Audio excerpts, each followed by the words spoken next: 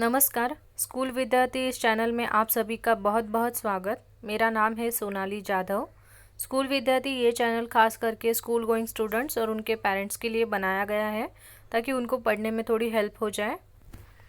आज हम देखेंगे subject Marathi, standard है 10th, बोर्ड है महाराष्ट्र, ईयर है 2020। आज हम देखेंगे ऊर्जा शक्तीचा जागर, ये जो मराठी का उनका चैप्टर है 8 चैप्टर, उसका पार्ट 1 क्वेश्चन आंसर। पहला हम देखेंगे कारणे लिहा। जो भी कारणे लिहा है वो आज इस वीडियो में कवर हो जाएंगे। पहला है, लेखकाला गिरगावातील नामांकित शाळांमध्ये प्रवेश मिळाला नहीं, कारण। ओके, लेखक को गिरगांव में जो फेमस स्कूल थे उनमें उनको प्रवेश नहीं मिला। नामांकित का मतलब होता है फेमस, ठीक है। लेखकाला गिरगावातील ज्या प्रसिद्ध शाळा होत्या त्यामध्ये त्यांना प्रवेश का मिळाला नाही याचं तुम्हाला कारण लिहायचं आहे। सो उत्तर बघा काय आहे। लेखकाला हाईस्कूलची प्रवेश फी भरायला उशीर झाला। लेखक को हाईस्कूल की जो एंट्रेंस जो फीस है, प्रवेश फी, वो भरने के लिए देर हो चुकी थी। इसलिए आपको क्वेश्चन ही लिखना है, म्हणून लेखकाला गिरगावातील नामांकित शाळांमध्ये प्रवेश मिळाला नहीं। इसलिए लेखक को गिरगांव में जो भी फेमस स्कूल थे उनमें उनको एंट्री नहीं मिला, ठीक है। सो तुमचं इकडे कारण उत्तर फक्त एवढंच आहे। हे उत्तर, हे जे सेकंड वाला जो बुलेट केलाय, पॉइंट केलेला आहे मी, तो तुम्हाला फक्त म्हणून लिहायचं आहे आणि म्हणूनच्या नंतर हा उरलेला जो भाग आहे तो तुमचा प्रश्नच आहे जो तुम्हाला same to same as it is इथे लिहायचा आहे, ठीक आहे। कारण नेहमी गोष्ट लक्षात ठेवा, जेव्हा केव्हा तुम्ही कारणे लिहा याची जेव्हा तुम्ही उत्तरं लिहिता तेव्हा तुम्हाला काय करायचं असतं, तुमचं कारण लिहून झाल्यावर म्हणून लिहायचं एंडिंगला, म्हणून असं झालं हे तुम्हाला बोलायचं असतं। तर तीच गोष्ट इथे मी शेवटच्या पॉइंटला केलेली आहे। हिंदी में बताती हूँ अभी। जब भी आप कारणे लिहा मतलब कारण लिखिए, ऐसा क्वेश्चन आप का आंसर जब लिखते हो तो हमेशा लास्ट वाला पॉइंट आपका ऐसा होना चाहिए, इसलिए, जो जैसे कि हम लोग बोलते हैं हिंदी में इसलिए ऐसा हुआ, तो इसलिए को मराठी में हम लोग कन्वर्ट करेंगे म्हणून। म्हणून लिखने के बाद में आपका जो आगे का है वो आपका क्वेश्चन ही होता है। ये वाला पूरा आपका यही क्वेश्चन है जो मैंने लिखा है, ठीक है। सो पहले का आंसर ये है की लेखकाला हायस्कूलची प्रवेश फी भरायला उशीर झाला, म्हणजेच लेखकाला फी भरण्यासाठी उशीर झाला आणि त्यामुळे त्याला ॲडमिशन मिळालं नाही, ठीक आहे। असं इथे उत्तर होतं पहिल्याचं। पुढे जाऊया दुसरं, लेखकाला शिक्षणाबद्दल आंतरिक ओढ निर्माण झाली, कारण। लेखक को शिक्षण मतलब एजुकेशन में आंतरिक ओढ मतलब मन से इच्छा उनको निर्माण हुई, किसके प्रति, शिक्षण के प्रति, स्टडी पढ़ाई के, और उनको बहुत एक अटैचमेंट हो गई। तो क्यों ऐसा क्यों हुआ था, ओके। जब तक आपको क्वेश्चन नहीं समझेगा तब तक आप उत्तर अच्छे से नहीं लिख पाओगे, ठीक है। सो पहले प्रश्न समझ के लीजिए। लेखकाला शिक्षणाबद्दल एक मनातून ओढ निर्माण झाली, तर ती ओढ त्याला का निर्माण झाली, कुठल्या गोष्टी कारणीभूत होत्या ती मनात ओढ तयार व्हायला, ते आपल्याला लिहायचं आहे। देखिए, ओके। लेखकाने खूप मेहनत, लेखकाने झालेला आहे, ते फक्त लेखक आहे, ओके। लेखक खूप मेहनत करून शिकले, ठीक है। लेखक बहुत मेहनत करके, हार्डवर्क करके उन्होंने एजुकेशन लिया, त्यामुळे त्यांना परीक्षेत चांगले यश मिळाले। इसी वजह से उनको एग्ज़ाम में भी बहुत अच्छा यश मिला। लेखकाला शिक्षकांचे देखील चांगले मार्गदर्शन मिळाले। लेखक को उनके टीचर्स से भी बहुत अच्छा गाइडेंस मिला, मार्गदर्शन यानी गाइडेंस मिला। म्हणून देखिए, एंड कर रही हूँ, अभी आंसर इतना ही है 3 पॉइंट का हमारा। एंडिंग में मैं सिर्फ म्हणून लिख रही हूँ और आपका जो क्वेश्चन है वही लिखूंगी। म्हणून लेखकाला शिक्षणाबद्दल आंतरिक ओढ निर्माण झाली, ओके। सो देखिए, लेखक बहुत हार्डवर्क करते थे, बहुत हार्डवर्क करके उन्होंने पढ़ा, एजुकेशन कंप्लीट किया, उसमें उन्होंने एग्ज़ाम में भी बहुत अच्छे मार्क्स उनको मिले, बाद में उनके टीचर ने भी उनको बहुत गाइड किया, और इन सब चीज़ों की वजह से ही उनके मन में, देखिए आपको भी कभी कोई चीज़ बहुत अच्छी लगती है, आपको पता चलता है कि ये मैं इसमें बहुत अच्छा कर सकता हूँ, मुझे ये चीज़ आती है, मुझे ये चीज़ पसंद है, तो उसके प्रति आपके मन में कुछ अटैचमेंट तैयार हो जाता है। आपको लगता है यस कि मैं इसमें कुछ कर सकता हूँ आगे जाके, मुझे इसके बारे में सोचना चाहिए। वैसे ही ये सब बातें जब लेखक ने देखी कि उनको अच्छे मार्क्स मिल रहे हैं एग्ज़ाम में और शिक्षक भी उनको गाइड कर रहे हैं, तो इसके वजह से मेन उनके मन में वो अटॅचमेंट जो है, वो आंतरिक ओढ जो है वो निर्माण हो गई। ठीक आहे, मराठीत सांगायचं झालं तर जेव्हा आपल्याला कळतं की एखाद्या विषयामध्ये आपला इंटरेस्ट आहे, ती गोष्ट आपल्याला खूप चांगली समजते, सोप्या पद्धतीने समजते आणि ह्याच्यामध्ये आपण काहीतरी पुढे जर अजून एक्स्ट्रा नॉलेज घेतलं, काहीतरी शिकलो आपण त्याच्यामध्ये ॲडव्हान्स, तर आपण नक्कीच त्या कार्यात, त्या कार्यक्षेत्रामध्ये आपण खूप पुढे जाऊ। तर असं जेव्हा आपल्याला कुठेतरी वाटतं, ठीक आहे, त्यावेळेला आपण त्या गोष्टीबरोबर अटॅच होतो आणि त्या गोष्टीबद्दलची आपल्याला एक ओढ तयार होते।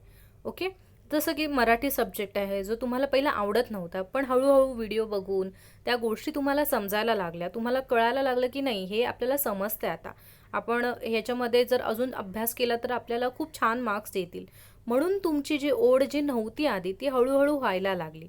तर तसंच हे लेखकाच्या बाबतीत इथे झालेलं आहे की त्याने पहिले खूप मेहनत घेतली, शिकला तो, त्याच्यानंतर त्याला परीक्षेत चांगले मार्क मिळाले, शिक्षकांनी सुद्धा त्यांना व्यवस्थित गाईड केलं, सांगितलं की काय करायला पाहिजे आणि काय करायला नको, आणि म्हणून त्यांच्या मनात, लेखकांच्या मनात एक आंतरिक ओढ शिक्षणाबद्दल तयार झाली।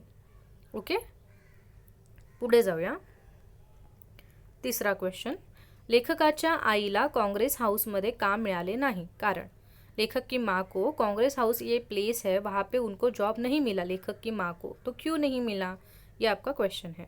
ठीक है, लेखकाची आई अल्प शिक्षित होती। ठीक है, मतलब लेखक की जो माँ थी वो कम एजुकेटेड थी, हाँ, कम सीखी हुई थी। काँग्रेस हाऊसमध्ये तिसरी किंवा त्यापेक्षा जास्त शिकलेल्यांनाच काम मिळणार होते।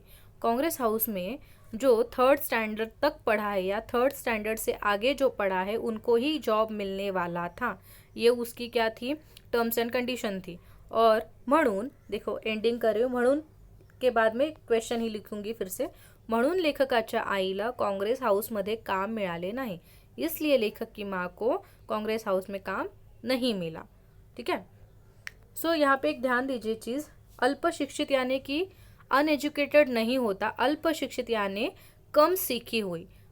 ओके, उसकी देखो रिक्वायरमेंट क्या थी उस जॉब की कि थर्ड से लेके आगे कौन सा भी स्टैंडर्ड चलेगा, पर थर्ड से कम नहीं होना चाहिए। और लेखक के माँ का जो एजुकेशन था वो शायद फर्स्ट स्टैंडर्ड या फिर सेकंड स्टैंडर्ड तक ही था, तो इसके वजह से लेखक की माँ को जॉब नहीं मिला था। अल्प शिक्षित याचा अर्थ कमी शिकलेली होते, म्हणजे तिला साधारण वाचता लिहिता येत असेल, ओके, एवढंच होतं तिचं शिक्षण। आणि काँग्रेस हाऊसमध्ये एक अट होती की तिसरी किंवा तिसरीपेक्षा जास्त जे शिकलेले आहेत त्यांनाच तिथे नोकरी मिळणार होती, आणि म्हणून लेखकाची जी आई होती तिचं तेवढं शिक्षण झालं नव्हतं आणि त्याच्यामुळे त्यांना, लेखकाच्या आईला तो जॉब मिळाला नाही, तर हे कारण आहे। ओके, एवढंच आहे। पुढे जाऊया, लेखकाच्या अंगावर काटा उभा राहतो कारण। ओके, लेखक के रोमटे खड़े हो जाते हैं। ओके, ऐसा क्यों हो जाता है, ये आपको यहाँ पे कारण पूछा है। काटा उभर आने का मतलब होता है आपको अगर, मतलब एक्सट्रीम जब कोई फीलिंग होती है, मतलब ज़्यादा आप खुश हो, ज़्यादा दुखी हो, आपको आपके मन को कोई एक बात छू जाती है एकदम क्विकली, तो आपके रोमांच खड़े हो जाते हैं, गूज बम्स जिसको हम लोग बोलते हैं इंग्लिश में। ठीक है, सो मराठी में उसको बोला जाता है अंगावर काटा येणे। ठीक है, सो मराठी मुलांना सांगते, अंगावर काटा आपला केव्हा उभा राहतो, जेव्हा एखादी गोष्ट आपल्याला मनाला खूप लागते, अचानक लागते, किंवा आपण इमोशनल एखादा पिक्चर बघतोय, इमोशनल सीन चालू आहे, तेव्हा आपल्याला खूप असं एक चांगलं स्ट्रॉंग, एकदम स्ट्रॉंग आपल्याला एखादी फिलिंग जाणवते, तेव्हा आपल्या अंगावर काटा येतो। ठीक आहे, तर लेखकाच्या अंगावर सुद्धा असा काटा उभा राहिलेला, तर केव्हा उभा राहिलेला तो प्रसंग तुम्हाला इथे लिहायचा आहे। सो बघा, लेखकाच्या शाळेत दर शनिवारी चाचणी परीक्षा होत असे। लेखक के स्कूल में हर सैटरडे को, हर शनिवार को एक यूनिट टेस्ट यानी कि चाचणी परीक्षा होती थी। त्या परीक्षेला लागणारी उत्तरपत्रिका स्वतः विकत आणावी लागत असे। उस एग्ज़ाम को लगने वाला जो आंसर शीट था, उत्तर पत्रिका यानी आंसर शीट, वो खुद मतलब खुद खरीद कर लाना होता था, स्कूल नहीं देता था. त्या उत्तर पत्रिकेची किंमत फक्त 3 पैसे होती. ओके. उस आंसर शीट का, उस फुल स्केप पेपर का जो कॉस्ट था, जो वैल्यू थी, उसकी जो कीमत थी वो ओनली 3 पैसा, रुपये भी नहीं. 1 रुपया मतलब 100 पैसा. आपने सीखा है मैथ्स में, 1 रुपीज़ इज इक्वल टू 100 पैसा. तो आपको 100 पैसा में से 3 पैसा, ओनली 3 पैसा, इतने कम रुपये में वो आन्सर शीट मिळती थी. और ते 3 पैसे जमवणे देखील लेखकाच्या आईसाठी खूप कष्टाचे काम होते. और वो 3 पैसे भी इकट्ठा करना लेखक के माँ के लिए बहुत ही डिफ़िकल्ट टास्क होता था, बहुत ही कठिन काम होता था. ओके. इतने वो गरीब लोग थे. ठीक है. छोट्या छोट्या गोष्टींसाठी लेखकाला खूप संघर्ष करावा लागत असे. मतलब ऐसे छोटी छोटी चीज़ों के लिए भी लेखक को बहुत संघर्ष करना पड़ता था. म्हणून हे सर्व प्रसंग आठवले की लेखकाच्या अंगावर काटा उभा राहतो. हाँ, यहाँ पे हमारा आंसर एंड होता है, तो क्या लिखूंगी एंडिंग में, म्हणून लिख के यही सब प्रसंग, यही सब किस्से लाइफ में जो लेखक के हुए हैं, ये सब जब उसको याद आते तो उसके मतलब अंगावर काटा येतो. ठीक है. रोमटे खडे हो जाते हैं. सो पुन्हा इथे थोडंसं अजून एक्सप्लेन करते. बघा, जेवढं तुम्ही एक्सप्लेनेशन किंवा मी काही बोलते ते जेवढं तुम्हाला माइंडमध्ये ॲज अ स्टोरी जेवढं लक्षात राहील ना, तेवढी तुमची उत्तरं पाठांतर करण्याची गरज तुम्हाला लागत नाही. ॲज अ स्टोरी, जसं पिक्चरची स्टोरी कशी आपण सांगतो एकमेकांच्या मित्रांना वगैरे, मैत्रिणींना, ते असं ऑटोमॅटिकली लक्षात राहतं. तसंच जेव्हा मी तुम्हाला सांगते तेव्हा तुम्हाला ही उत्तरं ऑटोमॅटिकली तुमच्या माइंडमध्ये लक्षात राहील. तुम्हाला माझा आवाज, वाक्य आठवत राहतील. ओके. त्याच्यामुळे थोडंसं एक्सप्लेनसुद्धा मी करते. बघा, लेखकाच्या शाळेमध्ये दर शनिवारी एक चाचणी परीक्षा व्हायची. आणि त्याचं असं असायचं की चाचणी परीक्षेला स्वतःच्या घरातून उत्तरपत्रिका त्यांना आणायची असायची. शाळा त्यांना उत्तरपत्रिका द्यायची नाही. आणि ती उत्तरपत्रिका फक्त 3 पैशाला मिळायची. पण लेखकाच्या आईला ते 3 पैसे जमवणेसुद्धा खूप कठीण काम असायचं. कारण म्हणजे त्यांचं घर आणि त्यांची परिस्थिती खूप गरिबीची होती. त्यामुळे 3 पैसे ही एवढी कमी किंमत असूनसुद्धा खूप कष्ट करून ती त्याची लेखकाची आई घरकाम वगैरे करायची. आणि तसं करून ते 3 पैसे दर आठवड्याला गोळा करायची. आणि ते 3 पैसे खूप मेहनतीने गोळा करून फक्त आणि फक्त ती उत्तरपत्रिका खरेदी करण्यामध्ये तिचे ते पैसे खर्च व्हायचे. आणि त्यामुळे ह्या सगळ्या गोष्टी लेखक बघत असायचा. त्याची आई किती कष्ट करते एवढ्या छोट्या छोट्या गोष्टी पूर्ण करण्यासाठी सुद्धा. आणि ह्या छोट्या छोट्या गोष्टीसुद्धा लेखकाला खूप म्हणजे संघर्ष करायला लागलं होतं. फक्त 3 पैसे म्हणजे पूर्ण 1 रुपयासुद्धा होत नाही. तुम्हाला माहिती आहे, आधीच्या काळात आठाणे, म्हणजे तुम्ही एकदम लहान असाल तेव्हा 1 रुपयापेक्षा जो लहान कॉईन होता तो 8 आणे, आणि त्याच्यापेक्षा कमी म्हणजे 25 पैसा म्हणजे 4 आणे होते. तर हे त्याच्यापेक्षा सुद्धा खूप कमी आहे. म्हणजे 3 पैसे म्हणजे खूपच कमी. तर ते सुद्धा कमवायला त्यांना एवढा संघर्ष त्यांच्या आईला करायला लागायचा, हे लेखकाने बघितलेलं स्वतःच्या डोळ्यांनी. आणि म्हणून हे सगळं आठवलं की त्यांना आता अंगावर त्यांच्या काटा येतो की कुठल्या परिस्थितीतून त्यांनी सुरुवात केली होती. ओके. पुढे जाऊया आपण. 5वा प्रश्न. लेखकाला जेमतेम हातात धरता येईल एवढ्याच पेन्सिलने लिहावं लागत असे. ओके. मतलब लेखक को जैसे वैसे हाथ में सिर्फ पकड़ने की उतनी जितनी लेंथ होती थी उतने ही पेंसिल से उनको लिखना पड़ता था. तो क्यों ऐसा लिखना पड़ता था, इतनी छोटी पेंसिल उनको क्यों यूज़ करनी पड़ती थी, उसका कारण यहाँ पे आपको पूछा है. लेखकाची आर्थिक परिस्थिती खूप वाईट होती. लेखक की जो आर्थिक परिस्थिती थी वो बहुत ही बुरी थी. लेखकाची आईसुद्धा खूप कष्ट करायची. लेखक की माँ भी बहुत कष्ट करती थी. तरी देखील घरात पैशाची कमतरता असायची. फिर भी पैसों की घर में कमी रहती थी. त्यामुळे नवीन पेंसिल घेण्यासाठी लेखकाकडे पैसे नसायचे. इसलिए नया पेंसिल लेने के पैसे लेखक के पास नहीं होते थे. म्हणून लेखकाला जेमतेम हातात धरता येईल एवढ्याच पेंसिलने लिहावं लागत असे. और इसलिए लेखक को जैसे तैसे मैनेज हाथ में होती है उतनी ही पेंसिल से उसको लिखना पड़ता था.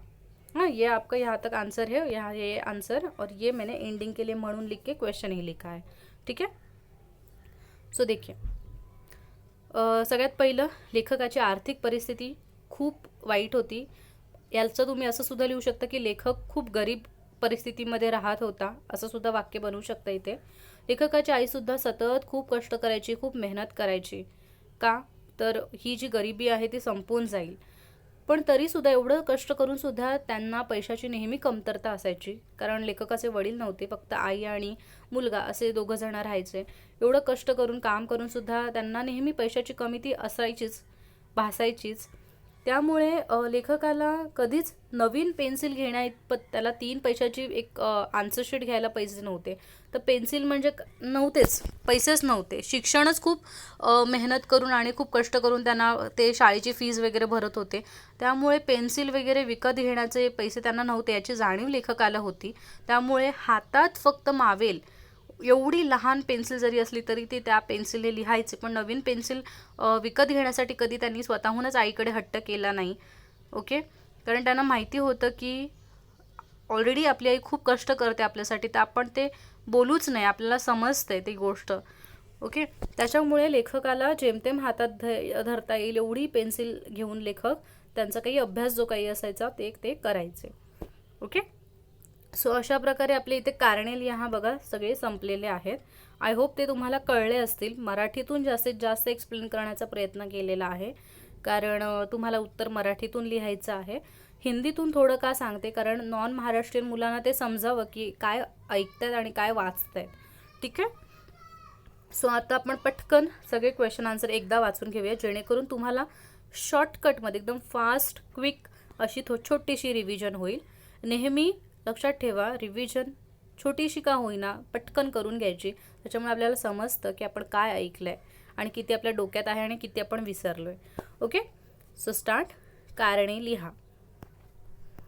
लेखकाला गिरगावातील नामांकित शाळांमध्ये प्रवेश मिळाला नाही, कारण लेखकाला हायस्कूलची प्रवेश फी भरायला उशीर झाला, म्हणून लेखकाला गिरगावातील नामांकित शाळांमध्ये प्रवेश मिळाला नाही. दुसरा प्रश्न, लेखकाला शिक्षणाबद्दल आंतरिक ओढ निर्माण झाली, कारण लेखकाने खूप मेहनत, इथे लेखक आहे, हे मी कट करेन जेव्हा मी तुम्हाला PDF देईन. लेखक खूप मेहनत करून शिकले, त्यामुळे त्यांना परीक्षेत चांगले यश मिळाले. लेखकाला शिक्षकांचे देखील चांगले मार्गदर्शन मिळाले, म्हणून लेखकाला शिक्षणाबद्दल आंतरिक ओढ निर्माण झाली. लेखकाच्या आईला काँग्रेस हाऊसमध्ये काम मिळाले नाही, कारण लेखकाची आई अल्पशिक्षित होती. काँग्रेस हाऊसमध्ये 3री किंवा त्यापेक्षा जास्त शिकलेल्यांनाच काम मिळणार होते, म्हणून लेखकाच्या आईला काँग्रेस हाऊसमध्ये काम मिळाले नाही. लेखकाच्या अंगावर काटा उभा राहतो, कारण लेखकाच्या शाळेत दर शनिवारी चाचणी परीक्षा होत असे. त्या परीक्षेला लागणारी उत्तरपत्रिका स्वतः विकत आणावी लागत असे. त्या उत्तरपत्रिकेची किंमत फक्त 3 पैसे होती. ते 3 पैसे जमवणे देखील लेखकाच्या आईसाठी खूप कष्टाचे काम होते. छोट्या छोट्या गोष्टींसाठी लेखकाला खूप संघर्ष करावा लागत असे, म्हणून हे सर्व प्रसंग आठवले की लेखकाच्या अंगावर काटा उभा राहतो. लेखकाला जेमतेम हातात धरता येईल एवढ्याच पेन्सिलने लिहावं लागत असे, कारण लेखकाची आर्थिक परिस्थिती खूप वाईट होती. लेखकाची आईसुद्धा खूप कष्ट करायची, तरी देखील घरात पैशांची कमतरता असायची. त्यामुळे नवीन पेन्सिल घेण्यासाठी लेखकाकडे पैसे नसायचे, म्हणून लेखकाला जेमतेम हातात धरता येईल एवढ्याच पेन्सिलने लिहावं लागत असे. ओके, सो अशा प्रकारे आपले सगळी कारणे लिहा जी आहेत या चॅप्टरमधली ती इथे ह्या व्हिडिओमध्ये कंप्लीट झालेली आहेत. आणि नेहमीप्रमाणे गोष्ट की तुम्हाला मी इथे जरी हे बुलेट्स दिलेले असतील, पॉईंट्स दिलेले आहेत, तरी तुम्हाला ते आन्सर सलग लिहायचं आहे. ठीक आहे, तुम्हाला नंबर वगैरे टाकायचे नाही आहेत, पॉईंट्स बनवायचे नाही आहेत. ठीक आहे, मराठीमध्ये आपण पॉईंट्समध्ये उत्तर लिहत नाही. दुसरी महत्त्वाची गोष्ट की ही जी तुमची मी जी PPT केलेली आहे, तर त्याचं PDF करून मी तुम्हाला डिस्क्रिप्शन बॉक्समध्ये त्याची लिंक देईल. ती तुम्ही ओपन करा आणि आरामात बघून तुम्ही तुमच्या वहीमध्ये ही उत्तरं लिहू शकता, कारण इथे स्क्रीनशॉट काढणं किंवा व्हिडिओ पॉज करणं ह्याच्यामध्ये तुमचा खूप वेळ जातो. आणि जर तुम्हाला व्हिडिओ आवडली असेल, सगळी उत्तरं समजली असतील दोन्ही लँग्वेजमध्ये, हिंदी प्लस मराठी, तर प्लीज व्हिडिओला लाईक करायला विसरू नका. ज्यांनी अजूनपर्यंत चॅनलला सबस्क्राईब केलं नसेल त्यांनी प्लीज चॅनलला सबस्क्राईब करा आणि बेल आयकॉनवर क्लिक करा, कारण तुम्हाला ह्या व्हिडिओ बघून समजते की याचा तुम्हाला खूप फायदा होतो आहे. त्यामुळे तुम्ही चॅनलला सबस्क्राईब करायला आता काही हरकत नाही आहे, कारण ते फ्री ऑफ कॉस्ट आहे आणि तुम्हाला नवीन नवीन अशाच व्हिडिओ मिळतील जर तुम्ही नोटिफिकेशनवर सुद्धा क्लिक केलं, त्या बेल आयकॉनवर क्लिक केल्यावर. ओके, ही ती बेल आयकॉन आहे, तिथे तुम्हाला क्लिक करायचं आहे, जेणेकरून मी नवीन नवीन जेव्हा व्हिडिओ टाकते त्याचं नोटिफिकेशन तुम्हाला येतं. ओके, आणि thank you so much for loving me and supporting me. तुमच्या छान छान ॲडवाईस येतात कॉमेंट सेक्शनमध्ये, त्याच्यानुसार मी नवीन व्हिडिओ बनवण्याचा माझा विचार येतो की आपल्याला हे केलं पाहिजे. सो तुमच्या ज्या इनोव्हेटिव्ह आणि क्रिएटिव्ह आयडिया आहेत, तुमचे काही सजेशन आहेत, ते तुम्ही नक्की कॉमेंट सेक्शनमध्ये जा आणि हिंदी, मराठी, इंग्लिश या कुठल्याही भाषेमध्ये तुम्ही लिहा. स्पेलिंग मिस्टेक होईल याचा काही विचार करत राहू नका. तुमचं फक्त म्हणणं माझ्यापर्यंत नीट पोहोचलं पाहिजे एवढंच आहे. बाकी आपल्याला काही ते भाषेचे दोष तिथे काही सुधारायचे नाहीत कॉमेंट सेक्शनमध्ये. ओके, सो बिंदास जे काही वाटेल ते नक्की कॉमेंट सेक्शनमध्ये जा आणि कॉमेंट करा. आणि भेटूया आपण ह्याचे पार्ट, जसं की सगळ्या चॅप्टरचे पार्ट 4 ॲटलिस्ट होतातच, याचे पण मोस्ट ऑफ 3 पार्ट किंवा 4 पार्ट होतील. सो आपण भेटूया नवीन व्हिडिओसोबत. तोपर्यंत धन्यवाद.